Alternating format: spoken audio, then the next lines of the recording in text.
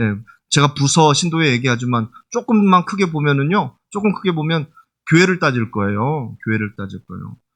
맨날 믿음 교회, 소망 교회, 사랑 교회만 하지 말고, 저기 한박교회, 저기 뭐 중앙교회, 저기 무슨 은혜교회 뭐 다 하나님 앞에서 그런 마음 가지고 교회가 세워져야죠. 그렇지 않겠습니까? 그런 마음으로 하나님 앞에 나오시기를 바랍니다. 언제나. 오늘 이 시간을 통해서 귀한 마음과 정성 손길 드린 손길이 계십니다. 고난주간 특별기도회 셋째 날 우리가 이루어가는 모든 일에 하나님의 선함으로 하나님의 선하심으로 개입하여 주시옵소서. 기도 제목과 함께 강다우다 우리 안수 집사님과 지엽 장로님 드리십니다. 또 십자가의 은혜를 감사합니다. 우리 임소금 권사님 드리십니다. 조성자 권사님 감사임을 드리십니다. 마음 하나님께서 하십니다. 유금성 권사님 하나님 앞에 감사임을 드리십니다. 구용환 장로님, 김정자 우리 권사님 감사임을 드리십니다. 함께 기도하겠습니다. 우리 한박교회를 사랑하시고 이 땅을 사랑하시고 아직도 이 세상을 붙들어 가고 계신 우리 하나님 참 감사합니다. 오늘도 하나님 앞에 모여 찬양하게 하시고 기도하게 하시고 말씀 듣게 하심을 감사드립니다.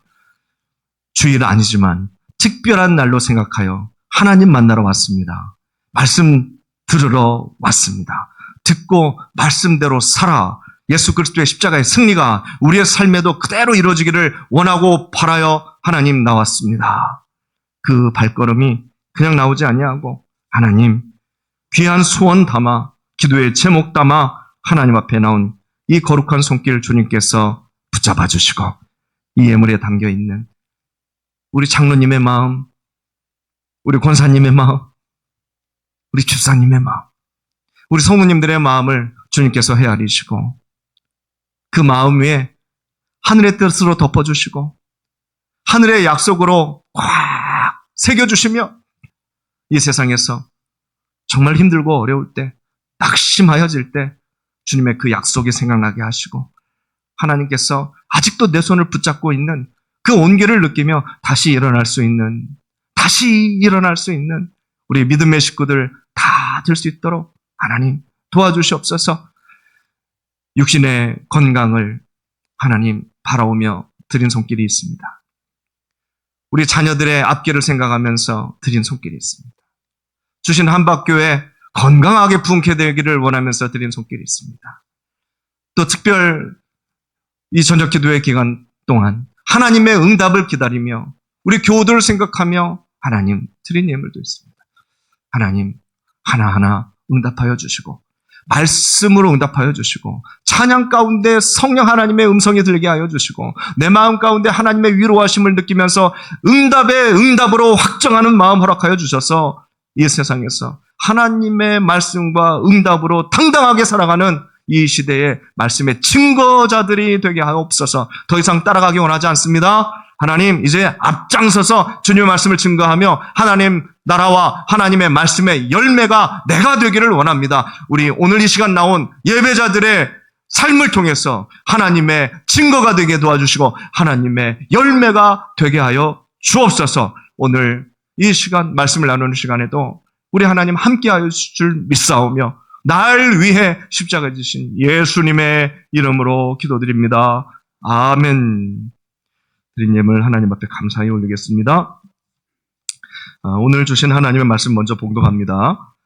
수요일 우리 마가복음 14장 66절에서 15장 5절까지 말씀입니다. 앞에 스크린 보시고 저희 같이 교독으로 봉독하기를 원합니다. 제가 먼저 66절을 봉독하겠습니다.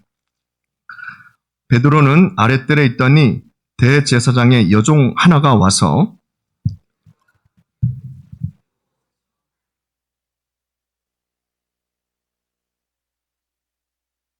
베드로가 부인하여 이르되 나는 내가 말하는 것이 무엇인지 알지도 못하고 깨닫지도 못하겠노라 하며 앞뜰로 나갈새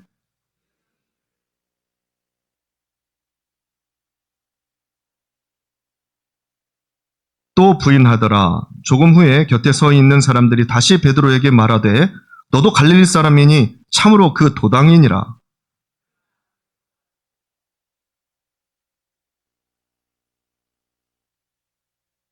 닭이 곧 두 번째 울더라. 이에 베드로가 예수께서 자기에게 하신 말씀 곧 닭이 두 번 울기 전에 네가 세 번 나를 부인하리라 하심이 기억되어 그 일을 생각하고 울었더라.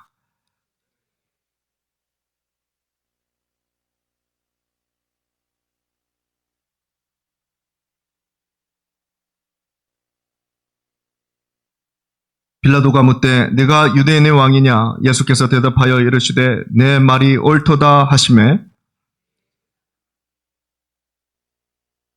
빌라도가 또 물어 이르되 아무 대답도 없느냐? 그들이 얼마나 많은 것으로 너를 고발하는가 보라 하되 예수께서 다시 아무 말씀으로도 대답하지 아니하시니 빌라도가 놀랍게 여기.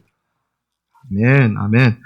자, 오늘 셋째 날입니다. 첫째 날은 우리 최홍덕 간사님 오셔서 찬양으로 정말 귀한 감동과 은혜를 주셨어요. 정말 많이 나오셨으면 하는 바람이 있었는데, 물론 적지 않게 나오셨는데, 우리 성도님들, 제가 볼 때는 그래도 가장 많이 성도님들이 눈물을 지으시더라고요. 무슨, 아픔이 있고, 또 무슨 그런 갈급함이 있으신지, 그 시간을 그렇게 또, 성도님들 눈물로 또 웃기도 하시고, 같이 찬양하면서 귀한 시간을 보내셨습니다. 어제가 두 번째 날이었습니다. 예수님의 순환의 길을 우리는 이제 말씀으로 같이 나아가고 있는데 사실은 예수님께서 고난당하시는 내용이지만 고난을 이기신, 고난을 이겨내신 주님을 우리가 지금 말씀으로 따라가고 배우고 적용하는 겁니다. 그러니까 그건 분명히 해야 된다고 말씀을 드렸습니다. 오늘은 이제 사실 말씀으로는 두 번째 말씀입니다. 예수님께서 참 정말로 씁쓸하셨을 베드로가 예수님을 부인하는 그런 장면이고 빌라도 앞에서 재판을 받으시는 그 말씀입니다. 자, 오늘 우리 성도님들 들어오시면서 선물 받으셨어요? 저도 받았는데요. 이게 우리 한밭교회 굿즈입니다. 왜냐하면 특별 저녁 기도회 그리고 우리 한밭교회 이름이 딱 써 있어요. 우리 오지인 집사님께서 하나하나 수작업으로 다 만들어주신 겁니다. 첫째 날은 배지훈 집사님께서 오란다를 만들어주셨어요. 직접 자기 손으로. 이 굿즈도 우리 오지인 집사님이 하나하나 만들어주신 우리 교회밖에 없어요. 이것은요. 다른 교회는 또 다른 어떤 그 가게에는 절대 없는 열쇠고리입니다. 그러니까 성경책에도 걸어 놓으셔도 되고 그 가방 내가 좋아하는 그 가방에다 딱 걸어 놓으셔도 아주 누가 봐도 욕심나는 하나하나 또 이렇게 포장까지 해서 갖다 주셨어요. 얼마나 감사한지 모르겠습니다. 하나님께서 그 마음 보시고 더 좋은 곳으로 갚아주시라 믿습니다. 아멘. 내일도 있을까요? 예, 내일도 있답니다. 기대하시고 내일도 나와주시기를 바랍니다. 오늘 그 베드로가 부인하고 또 빌라도의 법정에 서셨는데요. 예수님은 십자가를 지시기 전에 재판을 받으시죠. 총 두 번의 재판을 받으십니다. 산헤드린 공의회라고 유대인들 그 지도자들이 모여 있는 곳이죠. 먼저 거기서 재판을 받으셨어요. 그러니까 뭐 우리나라로 얘기하면 뭐 우리나라 국회 같은 곳이에요. 쉽게 말씀드리면 우리나라 사람들이 모여서 이렇게 국제 재판은 아니고 이렇게 모여서 그 종교 재판을 받으시는 거예요. 종교 재판을. 그 유대인들, 랍비들, 제사장들, 서기관들, 바리새인들이 모여가지고 예수님을 이제 그 죄를 뒤집어 씌우는 겁니다. 신성 모독이로다. 뭐 이렇게 해가지고 그리고 또 한 번의 재판을 받으시는데 이제 오늘 이게 마지막에 끝부분에 읽으셨던 이제 빌라도 법정에서 재판을 받으시죠. 이제 여기서는 뭐 빌라도는 종교하고 상관없죠. 로마 사람인데 빌라도는 그 정치범으로 정치 재판을 합니다. 그래야 이제 의미 부여가 그래야 자기의 자리가 보존이 되고 명분이 있기 때문에 정치범의 재판을 하는 것이죠. 첫 번째 그 종교재판 다음에 이제 이루어지는 상황인데요. 종교재판이 굉장히 힘들었어요. 첫 번째 재판이 굉장히 힘드셨습니다. 왜냐하면 영적인 고난을 당하신 거죠. 다른 나라 사람들도 아니고 자기 나라, 자기 백성들, 나를 호산나 호산나 외쳤던, 환영해줬던 그 사람들이 이제는 돌을 던지고 침을 뱉고 예수님을 모욕하고 있는 상황이었어요. 그러니까 몸으로만 힘든 게 아니라 영적으로도 굉장히 고난을 받으신 거예요. 힘드시죠? 너무 힘드셨죠? 가늠이 될지 모르겠어요, 성도님들. 이게 우리 성도님들 한번 이 세상이 먹고 살 만한 세상이라고 하지만서도 성도님들 이 세상에서 착하게 살기가 쉬워요, 어려워요? 굉장히 어렵습니다, 성도님들. 굉장히 어려워요. 근데 왜 어려운 줄 아세요? 저 세상에서 착하게 살기가 왜 어렵냐면요, 성도님들. 이게 어둠의 영이요, 가만 놔두지를 않아요. 성도님들이 착하게 살도록 가만 놔두지를 않아요. 빛으로 살면 좋죠. 빛으로 살면 너무 좋은데 뭐가 대기하고 있어요? 빛 옆에는 어둠이. 무엇만 사라지기를 기대하면서, 빛만 사라지기를 기대하면서. 예. 어둠은 뭐가 사라지면 와요? 빛이. 그런데 빛은요, 어둠이 사라진다고 오는 게 아니에요. 어둠이 사라진다고 빛이 오는 게 아니에요, 성도님들. 신기하죠? 근데 어둠은요, 빛이 사라지면 반드시 옵니다. 빛만 사라지면 어둠이에요. 그런 세상에서 우리 성도님들을 살아가고 계신 거예요. 이게 빛의 역할을 하기가 얼마나 힘든지 몰라요. 진리를 선포해요. 네, 우리 하나님께 받은 은혜와 감동이 있잖아요. 이렇게 한번 살아보겠노라 하고 막 우리가 진리를 선포하고 진리의 삶을 살아갈 때 그럼 반드시 거짓이 달라붙어요, 성도님들에게. 안 달라붙을 수가 없어요. 자기가 진리인 것처럼. 쟤 거짓말하는 거야, 내가 진리야. 신경질 나죠. 신경질 나요. 가만히나 있지. 가만히나 있지. 막 따라붙어가지고 나를 거짓 증언하는 사람을 만들고 이상한 사람으로 만들어버립니다. 좋은 제품을 하나 만들면 진짜 이게 진리고 진짜 이게 빛이고 진짜 이게 하나님도 좋아하실 제품이라면 얼마나 좋아요. 사람들도 좋아할 텐데. 근데 이런 제품은 반드시 그 다음에 잘 팔리니까 어떤 제품이 생겨요? 짝퉁이 생겨요. 모조품이 반드시 생깁니다. 어딘가 좀 부족하진데 뭐 더 반짝반짝반짝하게 해가지고 말이죠.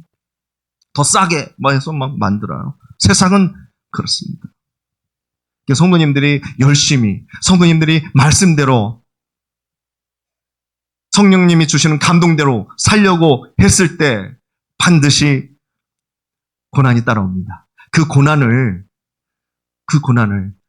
빛을 몰아내려는 어둠이라고 생각하시고 성도님들 이기시기를 바랍니다. 힘들지만 그게 우리의 십자가예요. 빛을 지켜야 하는, 반드시 어둠이 따라오니까 사라지면 내가 잠식하리라 어둠으로. 네, 그 어둠이 늘 잠재해 있어요. 흔들리지 마셔야 돼요. 진리를 붙잡기가 힘들어도 예수님처럼 그 길을 가셔야 돼요. 한번 잘 생각해 보세요. 나는 말씀대로 살고 싶은데, 나는 정말 말씀대로 지금 살아가고 있는데, 그렇게 애쓰고 있는데 나는 평안하다. 나에게는 아무 일도 일어나지 않는다. 그럼 사실 뭔가 문제가 있는 거예요. 성도님들. 그럴 수 있어요. 충분히 그럴 수 있습니다. 평안할 수 없거든요. 이게 좀 성도님 잘 이해를 하세요. 네. 평안이라는 단어가 깍 맞을지는 모르겠지만 성도님들이 정말 십자가를 지고 가는데 정말 아무 일이 없을 수 없거든요. 성도님들의 가정에 믿음의 가장이 되기로 하셨는데, 예, 믿음의 가장은 뭐 남녀노소 상관없죠. 내가 우리 가정을 믿음으로 지키기로 했는데 아무 일이 없다? 그럴 수 없거든요. 어떤 문제나 어떤 고난이나 어떤 핍박이 다가와요. 핍박이 나와요. 교회도 마찬가지예요. 예, 그냥 아무리 건강해도 아무 문제 없이 쫙 성장하는 교회 있어요? 그런 교회 있으면 얘기해 주세요. 교회가 성장하는 데 있어서 우리 교회는 아무런 고난이 없었다. 아니에요. 성도님 다 이기고 올라오는 거예요. 다 이기고. 흔들림 없는 성도님들이 모여서 그럴 때마다 기도하고 그럴 때마다 가서 믿음으로 권면하고 설득하고 쓰지도 않아도 될 에너지를 가서 막 쓰면서 하나님의 나라를 만들어가는 수고가 있는 거예요. 망하는 교회는요. 거꾸로 가는 거예요. 안 해도 될 얘기 가서 하고 사람들 마음을 조작하고 그래서 여기까지만 하겠습니다. 그렇게 하면 안 되죠.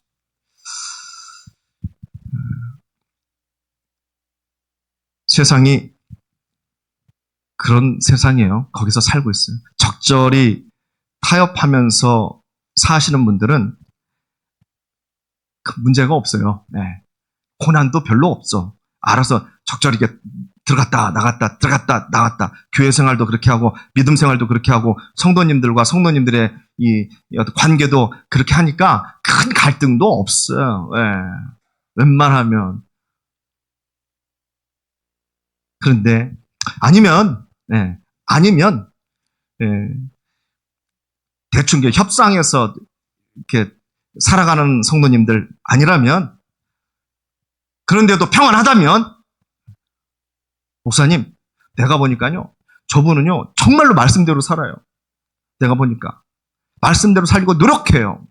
그런데 내가 옆에서 보니까요 고난이 하나도 없는 것 같아요. 너무 편안해요. 저분은 왜 저렇게 진리의 말씀을 살면서도 고난이 하나도 없을까요? 나도 저렇게 살고 싶어요. 할 수 있겠죠. 근데 제 생각에는 그분이 말을 안 할 뿐이지 그분도 속에는 다 갈급함이나 기도 제목이 있을 거예요. 아마도 틀림없을 거예요. 본인이 침묵할 뿐이지. 좋은 것만 얘기할 뿐이지. 고수죠. 그런 분이 고수예요. 딱 보는데 너무 평안한 것 같아. 그러면서 하나님의 말씀대로 살려고 애쓰는 사람. 이럴 수 있을까? 근데 알고 보면 그분도 다 안에 여러 가지 기도 제목이 있어요. 우리가 모를 뿐이지. 전에 TV에 많이 나왔는데, 프로그램에 많이 나왔는데, 화생방 훈련 아시죠? 뭐 논산 군에 가면은 막 그 훈련부터 시키잖아요. 저는 대학교 때 정말로 체류탄 가스를 많이 먹어봤어요. 그래서 이제 어느 정도 저도 고수가 됐는데, 처음에 그 연기에 맞는 사람들은 막 눈물, 콧물이 막 줄줄줄 나오니까 막 비비고 손 비비면 어떻게 돼요? 더 난리가 나요. 어떻게 할 줄을 모르니까 막 소리 지르고 몸부림을 쳐요. 소리 지르고 몸부림을 치면 어떻게 돼요? 더 힘들죠? 가스가 더 들어오니까. 고수는요, 눈물이 나도 탁 하고 그냥 탁 하고 눈물 쭉 흘리는 거예요. 진짜 고수는. 피할 수 없는 고난이 옵니다. 피할 수 있는 게 무슨 고난입니까? 그렇죠?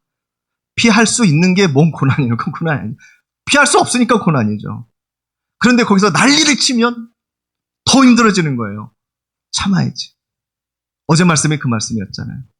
가룟 유다 앞에서 우리 예수님. 우리가 읽지는 않았지만 지금 한 템포 딱 뛰어넘었거든요. 종교재판 하는 부분을 뛰어넘었는데 우리가 뛰어넘은 그 부분 한 구절만 읽어볼까요? 바로 오늘 읽은 본문의 바로 윗구절이에요. 우리 14장 65절이죠. 우리가 66절부터 읽었잖아요. 65절의 말씀을 함께 읽어보겠습니다. 시작. 어떤 사람은 그에게 침을 뱉으며 그의 얼굴을 가리고 주먹으로 치며 이르되 선지자 노릇을 하라 하고 하인들은 손바닥으로 치더라. 이 길이 지금 예수님께서 자신의 신앙의 길을 가고 있는 길이었어요. 이 길이 지금.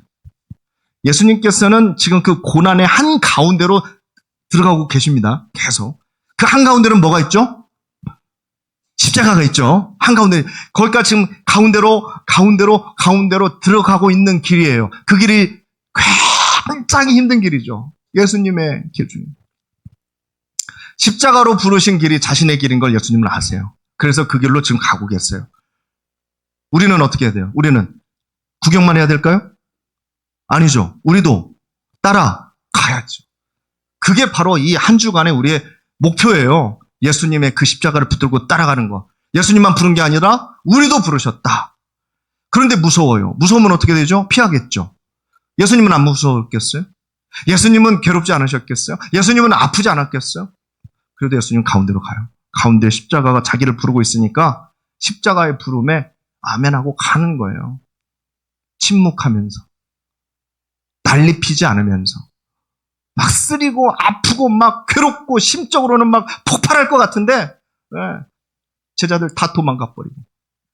그런데도 가셔요. 아무 말 안 하시고 가세요. 우리도 쫓아가야지.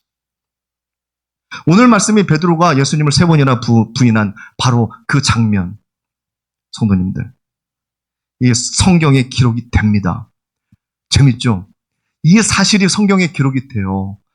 사실 빠져도 되는 기록 아니에요? 이게 은혜가 안 되잖아요. 근데 더 재밌는 건요, 성도님들, 재밌다고 표현해서 그렇지만 이해하세요. 성경에 복음서가 몇 개예요? 마태, 마가, 누가, 사복음서에 다 들어있어요. 이 자랑할 만한 사건도 아닌데 이 베드로가 예수님 부인한 사건이 다 들어가 있네요. 자, 복음서가 쓰여지고 있을 때는, 복음서가 기록이 이렇게 되고 있을 때는 예수님 십자가에서 죽으시고 40년, 50년 지난 바로 그 시점에서 쓰여집니다. 그 시점은 어떤 시점이에요? 초대교회가 왕성하게 활동하는 시대예요.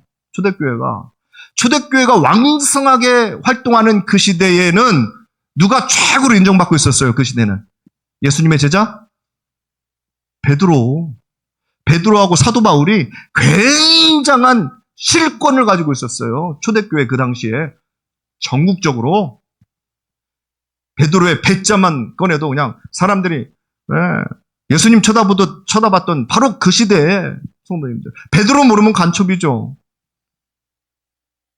김일성도 그렇고 김정일도 그렇고 그들에 대한 찬양과 그들에 대한 신화가 얼마나 많은 줄 아세요? 김일성은요, 거기 어디요? 만주벌판에서 날라다녔다고 나와요. 날라다녔다고. 동해번쩍서요. 홍길동처럼. 안 읽어보셨죠? 굳이 거기까지 뭐 읽어보실 필요가 없어요. 거의 왜? 그렇게 쓰라고 했으니까. 그렇게 기록하라고 했으니까. 그렇게 남기는 거예요, 책들을. 그럼 예수님에 대한 기록이 복음서를 통해서 쓰여지고 있는 과정에서 베드로는 최고의 위치에 서 있는데 뭐라고 했을까요? 만약에 제가 베드로라면, 야, 내가 3번 부인한 거 그건 절대적으로 기록하면 안 돼. 그럼 빼요. 알았지? 알아들었지? 돈 필요해요? 얼마가 필요해요? 절대 말도 뻥끗하지 마. 그러지 않았을까요? 인간적으로 생각해 보면. 그런데 내복음서에 다 들어갔어요. 그러니까 성도님들, 이것만 보더라도 성경은 조작이 아니에요. 그냥 있는 그대로 성경은 기록이 되어 있어요. 왜요? 성경은 인간의 이야기예요? 아니에요. 누구의 이야기예요? 하나님의 이야기예요. 성경은 하나님의 초점이 맞춰져 있지 인간들에게 초점이 맞춰져 있지 않아요. 절대적으로 그 흐름이. 베드로가 이랬든 저랬든 하나님의 입장에서 기록하는 거지 베드로의 입장에서 기록하는 게 아니죠. 그런 베드로의 이야기가 다 기록이 되어 있네요. 창피하게. 근데 우리에게는 은혜죠. 우리에겐 그게 은혜예요. 오히려 더 은혜예요. 왜요? 그럼에도 불구하고 예수님의 수자제자였다가 정말 예수님도 믿을 만한 제자, 또 자기도 자부했어요. 예수님, 그런 일 절대, 내가 죽으면 죽었지 절대 그런 일 없을 것입니다. 그런 자신만만한 제자였어요.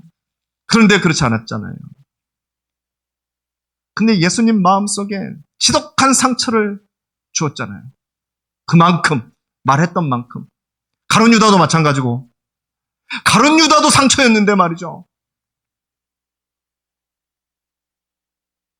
역겨운 표정으로 막 예수님께 입을 맞추러 오는 그 순간이 얼마나 힘드셨을까? 그런데 막 고난을 받으시면서 이리저리 휘둘려 다니면서 채찍을 맞으시고 하인한테 막 두드려 맞으면서도 아마 베드로하고 눈이 마주치지 않았을까요? 베드로하고 눈이 딱 마주쳤는데 베드로는 몸이 얼어붙으면서 말이죠. 나는 아니다. 나는 저 사람 몰라. 참 이게 육신의 고난보다 마음의 고난이 어마어마하게 크셨을 거예요, 우리 예수님께서. 근데 그럼에도 불구하고 성령님께서 들어 사용하시면 어떤 나의 과거라도 네가 어떤 허물이 있더라도 십자가 앞으로 나오면 놀랍게 쓰임을 받는다. 이것을 누가 보여주신 거예요? 베드로가 보여주신 거예요. 베드로가. 성도님들. 이게 중요한 거예요. 이건 인간의 관점이 아니에요. 이건 하나님의 관점이에요. 그러니까 베드로의 이 사건이 들어가 있는 거예요. 충분히 뺄 수도 있었을 텐데 성경은 아니요. 하나님의 관점으로. 하나님의 관점으로. 네가 어떤 죄를 졌든 간에 네가 어떻게 예수님을 배반했던 간에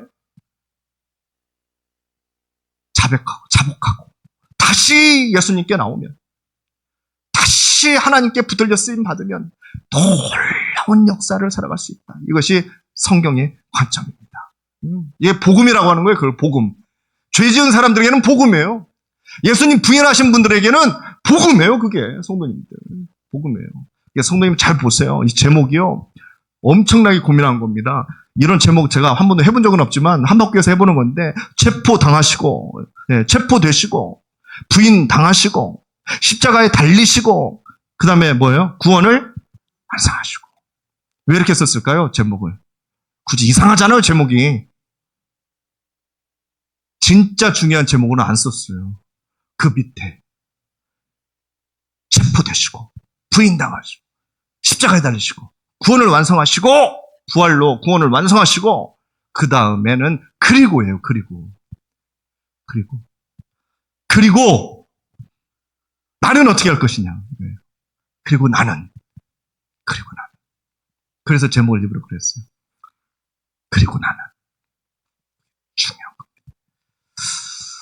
자, 우리 성도님들 그게 복음이라는 건 다 알고 계시죠? 예, 그게 복음이죠. 우리 같은 사람도 하나님께 붙들리면 베드로도 저렇게 쓰임 받았는데 나라고 그렇게 쓰임 받지 못할 소냐 하면서 붙들고 나가는 게 복음이죠. 회복하고 다시 일어서는 게 복음이죠.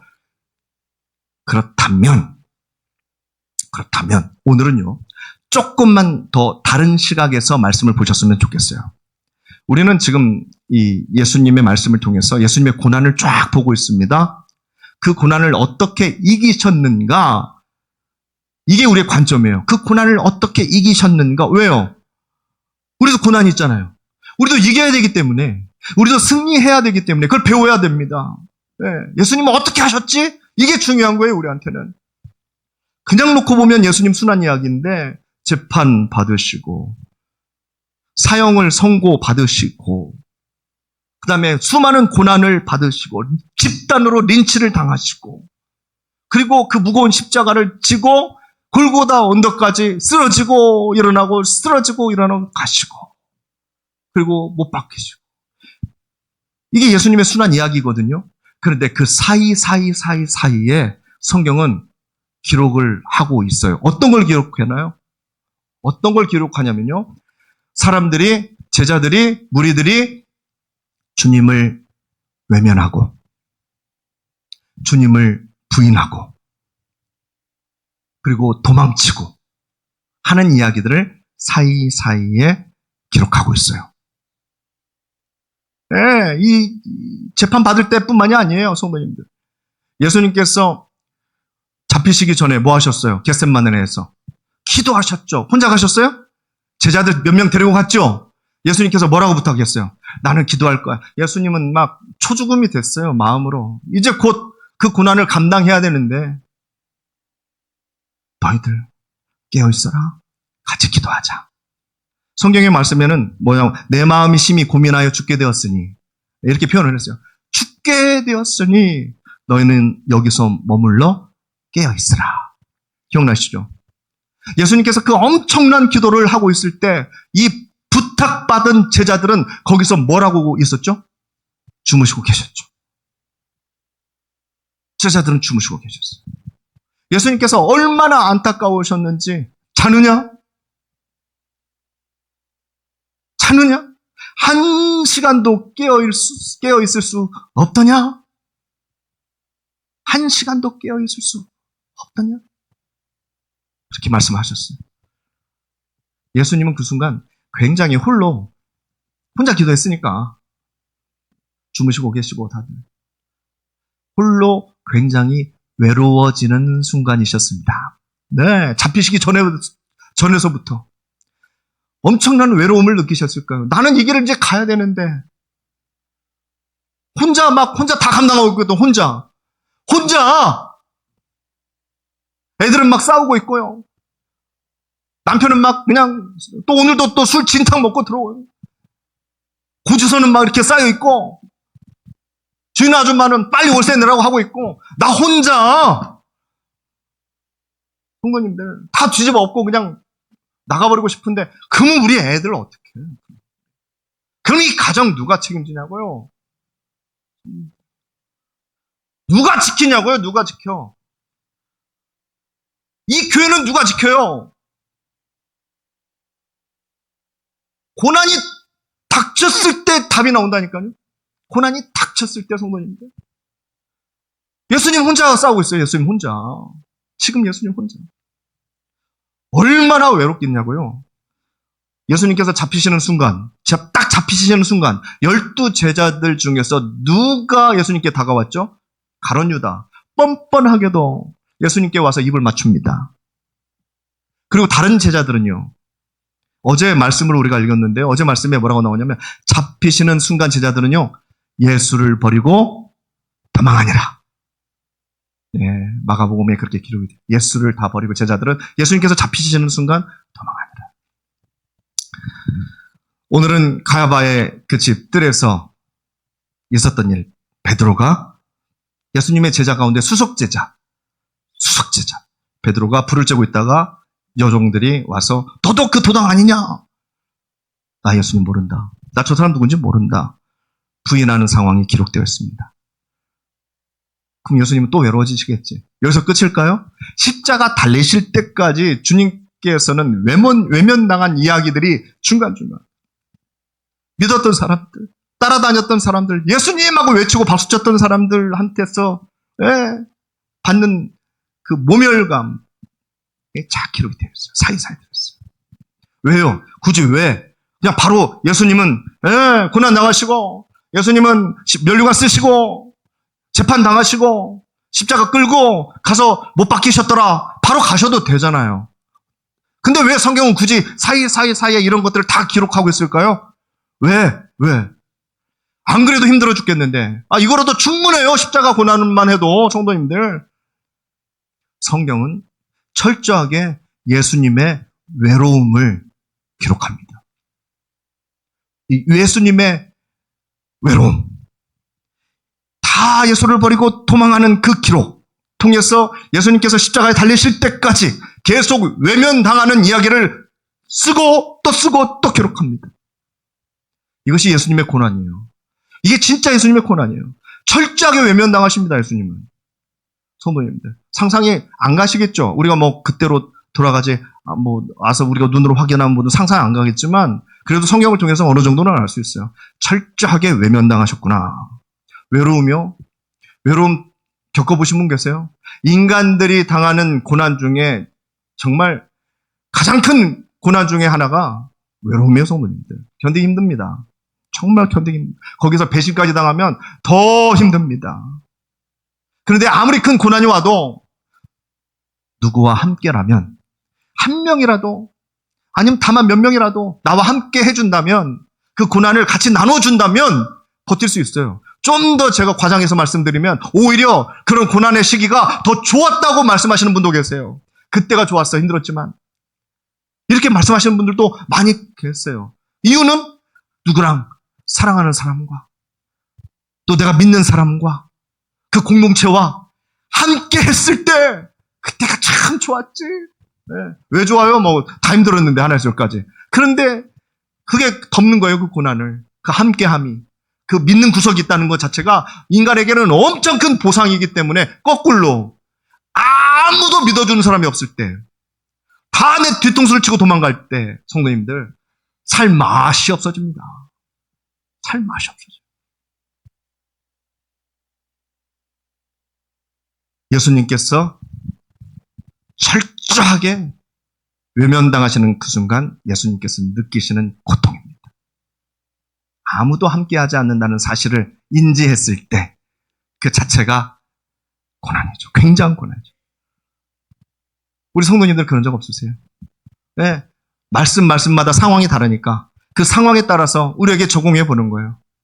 나는 정말 그렇게 외로울 때가 없었을까? 나는 지금 그 외로운 인생을 살아가고 있는 게 아닐까? 여기서 자유로울 분들이 사실 한 명도 안 계세요. 인간이라면 누구나 외로움을 겪게 됩니다. 누구나. 미국 영화 중에 좀 오래된 영화인데 로버트 드니로라고 아시죠? 유명한 영화 배우입니다. 이 영화 배우가 젊었을 적 영화를 찍은 게 있는데요. 우리는 천사들이 아니다 라는 영화예요. 우리들은 천사가 아니다. 근데 우리나라에 들어올 때는 천사 탈주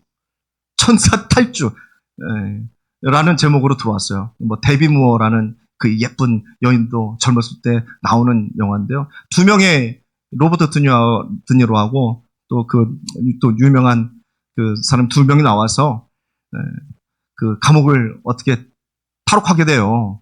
본인이 원해서 한 게 아니라 거기서 뭔가 문제가 일어나가지고 탈옥하게 되는데, 탈옥하게 나와서 옷을 입는데 그 나와서 옷을 입은 옷이 그냥 신부복이었어요. 신부.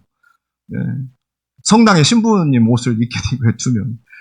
근데 그때 마침 그 마을에서 신부님을 기다리고 있었어요. 그 성당에 문제가 생겨가지고. 근데 그 오시는 신부님인 줄 알고 막 극진히 막 대접하고 뭔가 좀 이상한 것 같은데 하면서도 같이 회의도 하고 예배도 드리고 하다가 마을에 어떤 큰 행사가 있었어요. 마을에 큰 행사가 있었을 때 그 신부 중에 한 명한테 설교를 부탁하는 겁니다.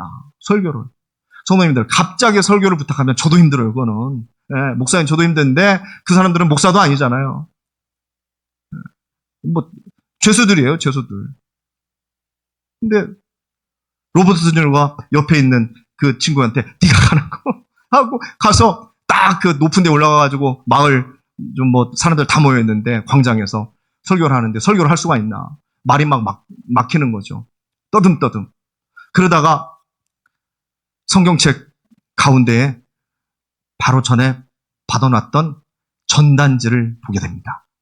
그 전단지는 어떤 전단지냐면은 거기는 총을 팔 수 있잖아요, 미국은. 그래서 그 총을 사라는 총에 대한 광고 전단지였어요. 콜트 32구경. 콜트. 그거 보고 천천히 읽습니다. 천천히 읽어요. 제목은 뭐였냐면 산에서 곰과 마주쳤을 때 어떻게 하라는 거예요? 그 총을 사용하라는 거예요. 이 총 한 방이면 곰이든 뭐든 다 끝장난다. 이제 그런 광고 전단지인데 제목이 그건데 그 내용을 이제 딱 읽는 거예요. 완전히 혼자라는 느낌이 드나요? 딱 천천히 딱 보고 설교를 하는 것처럼 완전히 혼자라는 느낌이 드십니까? 이 위험한 세상에서 기댈 사람 한 사람도 없이 혼자 된 느낌인가요? 그리고 또 읽어요. 사방이 위험에 둘러싸여 있고 위험으로 가득한 세상에서 죽기 바로 직전에 주머니에 손을 넣었을 때 뭘 찾았는지 아세요? 이게 이제 거기 써있는 그대로예요. 뭐가 나와야 돼요 여기서? 권총이 나와야죠. 콜트 32구경. 그게 딱 이제 마지막 문구입니다. 그런데 그걸 읽을 수는 없잖아요. 여기까지 읽었어요. 뭘 찾았는 줄 아세요? 하고 설교가 딱 끊겼습니다. 그리고 대답을 하는데 뭐라고 하냐면 nothing. 아무것도 없다는 거예요. 아무것도 없다는 거예요. 아무것도 없다는 이 현실을 설교했는데 사람들이 막 울고 거기서 감동받고 박수를 치고 하나님이 계십니다 해야 되는데 예, 이 주머니에 아무것도 없습니다. 현실을 그래서 무엇으로 위로를 받으십니까? 막 박수치고 난리 나니까 이제 거기서 본인이 이제 마무리를 해야 되니까 그럼 당신들은 무엇으로 위로를 받으십니까? 아무것도 없는데 그 위로가 어디서부터 오는 겁니까? 그리고 설교를 마칩니다. 기가 막힌 설교죠? 그 위로하심이 어디에서부터 오는 겁니까? 그것을 붙잡으십시오. 그리고 끝나는 거예요. 이 죄수가 말이죠. 영화니까, 코믹 영화예요. 영화니까 그렇다 하지만 사실 그게 인생사 아닙니까? 성도님들, 뭐가 있어요? 아무것도 없어요. 사실 뭐 권총을 꺼낸다 한들 뭐가 해결되겠습니까? 우리 인생에. 아무것도 없지. 아무것도 없지. 예수님이요, 겁나게 외로우셨습니다. 왜? 여기서는 믿을 구석이 하나도 없는 거예요. 하나도 없는 거예요. 그 고난을 어떻게 견디셨을까? 이게 우리의 관심이에요. 어떻게 견디셨지? 도대체 믿을 구석이 하나도 없는데 뭘 보고 견디셨지? 철저하게 버려주셨는데 베르드로까지 한 번도 아니고 두 번도 아니고 세 번까지. 오늘 말씀을 그 빌라도의 법정 말씀으로 한번 찾아봅니다. 성도님들, 지금까지의 이야기는 다 잊어버리셨어도 지금부터의 마무리만 기억하고 가시면 됩니다. 사실 이게 오늘 말씀의 포인트이기 때문에 그렇습니다. 15장, 오늘 말씀 15장 1절에서 5절까지 천천히 한번 읽어보십니다. 시작. 새벽에 대제사장들이 즉시 장로들과 서기관들과 온 공회와 더불어 의논하고 예수를 결박하여 끌고 가서 빌라도에게 넘겨주니 빌라도가 묻되 네가 유대인의 왕이냐? 예수께서 대답하여 이르되 네 말이 옳도다 하시매 대제사장들이 여러 가지로 고발하는지라. 빌라도가 또 물어 이르되 아무 대답이 없느냐? 그들이 얼마나 많은 것으로 너를 고발하는가 보라 하되 예수께서 다시 아무 말씀으로도 대답하지 아니하시니 빌라도가 놀랍게 여기더라. 왜 빌라도가 놀랐을까요? 빌라도의 감은 지금 예수님이 죄가 있어요, 없어요? 없죠. 아무리 빌라도가 찾아봐도 제3자의 입장에서 냉철하게 찾아봐도 이 사람은 죽을 죄가 없어요. 아무리 찾아봐도. 근데 물어봤는데 아무 얘기를 안 해. 빌라도는 무슨 권한이 있어요? 예수를 지금 죽일 수 있는 권한도 있고 살릴 수 있는 권한도 있죠. 근데 물었는데 그런 말을 안 해. 죄 아무리 봐도 죄가 없는 것 같은데 놀랄 수밖에 없죠. 성도님. 지금 예수님의 고난과 지금 예수님의 침묵이 함께 가고 있어요. 함께. 예수님의 고난이 멈춘 게 아니고 예수님의 계속 더 고난의 길로 가고 있고 근데 예수님의 침묵도 같이 함께 가고 계십니다. 왜요? 왜 순간순간 예수님은 침묵하실까요? 그냥 침묵하실까요? 다 포기하고 마음대로 해라. 그냥 그런 침묵입니까? 그냥 침묵하셨을까요? 아니죠. 이기는 힘이 여기 있습니다. 성도님들. 이기는 힘이 여기 있어요. 어제 말씀드렸죠. 아까도 말씀드렸죠. 같이 소리 지르고 같이 난리치면은 마귀에게 넘어가는 거예요. 예수님은 그래서도 침묵하셨습니다. 또 어떤 면으로는 말해봤자 알아들어요? 못 알아들어요? 못 알아듣잖아요. 도움이 전혀 안 되는 사람들이었잖아요. 말만 하면 신성 모독이래요. 말만 하면. 설명해봤자 알아들으려고 하지도 않는 사람들이에요. 그래서 침묵하실 때도 있으셨어요. 그런데 오늘 빌라도 앞에서 침묵하신 침묵은 좀 다릅니다. 예, 성도님들 오늘 이것을 담고 가셔야 돼요. 왜 빌라도 앞에서 침묵하셨을까요, 성도님들? 정답 아세요? 왜 빌라도 앞에서? 다른 사람들 앞에서는 침묵해도 돼요. 못 알아먹고 말만 하면 트집 잡으려고 하는 사람들이었으니까. 빌라도는 아니잖아요. 빌라도는 어떻게 해서라도 지금 뭔가 사실 근거를 따져보려고 하는 거고. 제가 빌라도의 입장이었으면요, 어떻게든 너는 살려줄게 하는 입장에서 질문을 했을 거예요. 말 좀 해봐. 사실대로 말해봐. 이런 거 아니에요? 사실대로 말해봐. 네가 정말 네가 그랬어? 안 했잖아. 설명 좀 해봐. 이런 질문 아니에요. 근데 왜 예수님께서 대답 안 하셨을까요? 지금 예수님은 어디로 가야 돼요? 십자가로 가야 돼요. 무엇의 부름을 받았어요? 십자가의 부름을 받았단 말이에요. 나는 오로지 하나님만 바라보겠다는 침묵이에요. 믿으세요? 그래서 입을 닫았어요. 그래서 입을 닫았어요. 많은 사람들이 예수님을 고발했어요. 이제. 그러니까 예수님하고 대화를 하고 싶었죠. 빌라도는. 이렇게 고발했고, 이렇게 고발했고, 이렇게 고발했고, 이렇게 고발했는데, 맞아? 얘기 좀 해봐.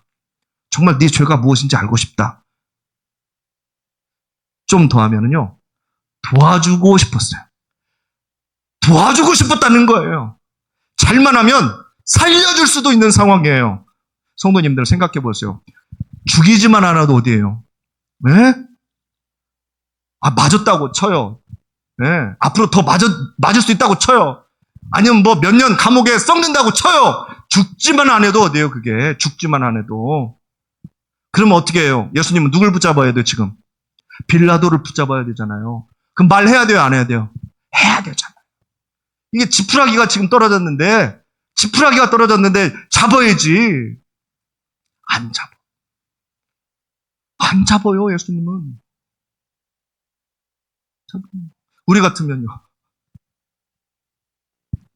성도님, 그래서 우리는 무너지는 거 아니에요? 그래서 우리는 예수님처럼 하지 못해서 우리는 무너지는 거 아니에요? 사사건건? 그래서 우리가 때로는 속아 넘어가는 거 아니에요? 어려울 때 잘해주니까? 저도 힘들고 어려울 때 우리 성도님들 찾아오셔가지고 목사님 힘드시죠? 하면 눈물이라도 왈칵 쏟아질 때가 있는 거 아니에요? 그게 사람인데 그게 잘못됐다는 게 아니고 성도님들 사람이 그렇다는 거예요.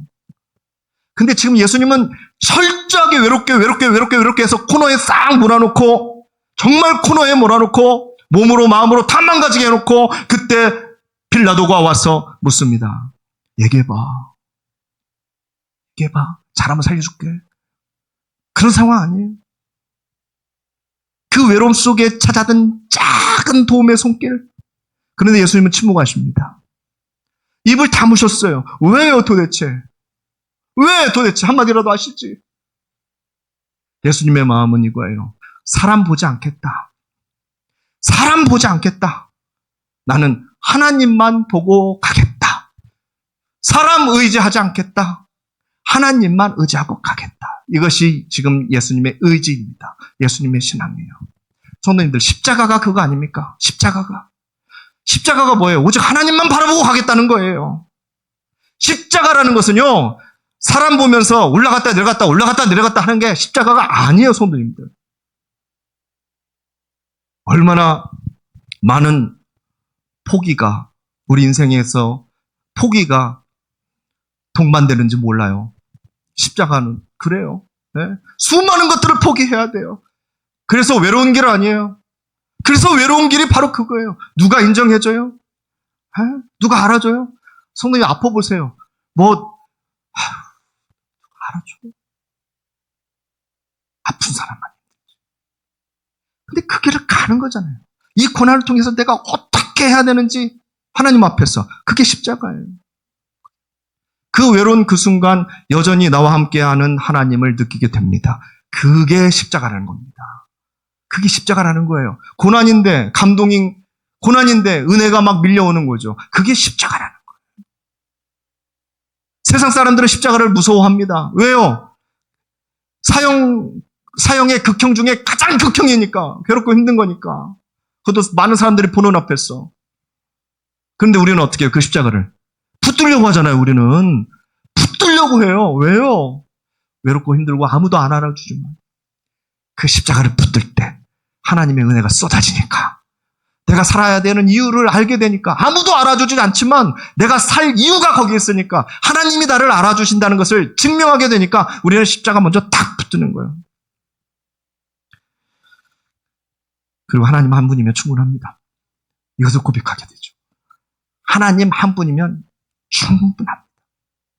여지껏 살아오는 동안 100살 때 낳은 이삭만 믿고 살았는데, 아니, 이삭도 아니. 하나님 한 분이면 충분합니다. 가족들 믿고 살았는데 하나님 하면 충분해.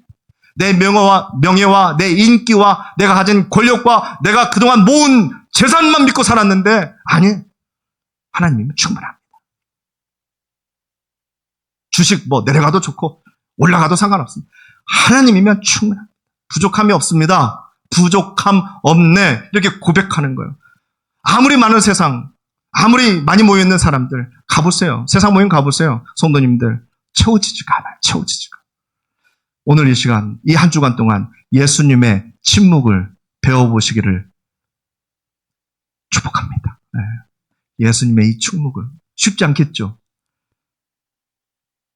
빌라도가 생각해서 간절히 내미는 이 손길을 하나님의 길이 아니기 때문에 좀 좋은 손길인데도 거부할 수 있는 침묵. 성도님, 하나님의 길이 더 옳은 길이기 때문에 그 길을 가야 하는 이 외로움, 감당하는 거지만 그 뒤에는 십자가가 있기 때문에 당당히 가는 바로 그 사역. 우리 성도님들 넘어가지 않습니다. 세상은 아직도 우리 성도님들에게 유혹의 손길을 내밀고 있을 겁니다. 여러 가지로. 그리고 속게 합니다. 그리고 사기당하게 합니다. 성도님들의 마음까지 다 잃어버리게 합니다. 그럴 때 침묵할 수 있는 믿음이 우리 성도님들에게도 있으시기를 바랍니다. 십자가의 승리가 우리 성도님들의 남은 인생에 충만하게 채워질 줄 믿습니다. 아멘.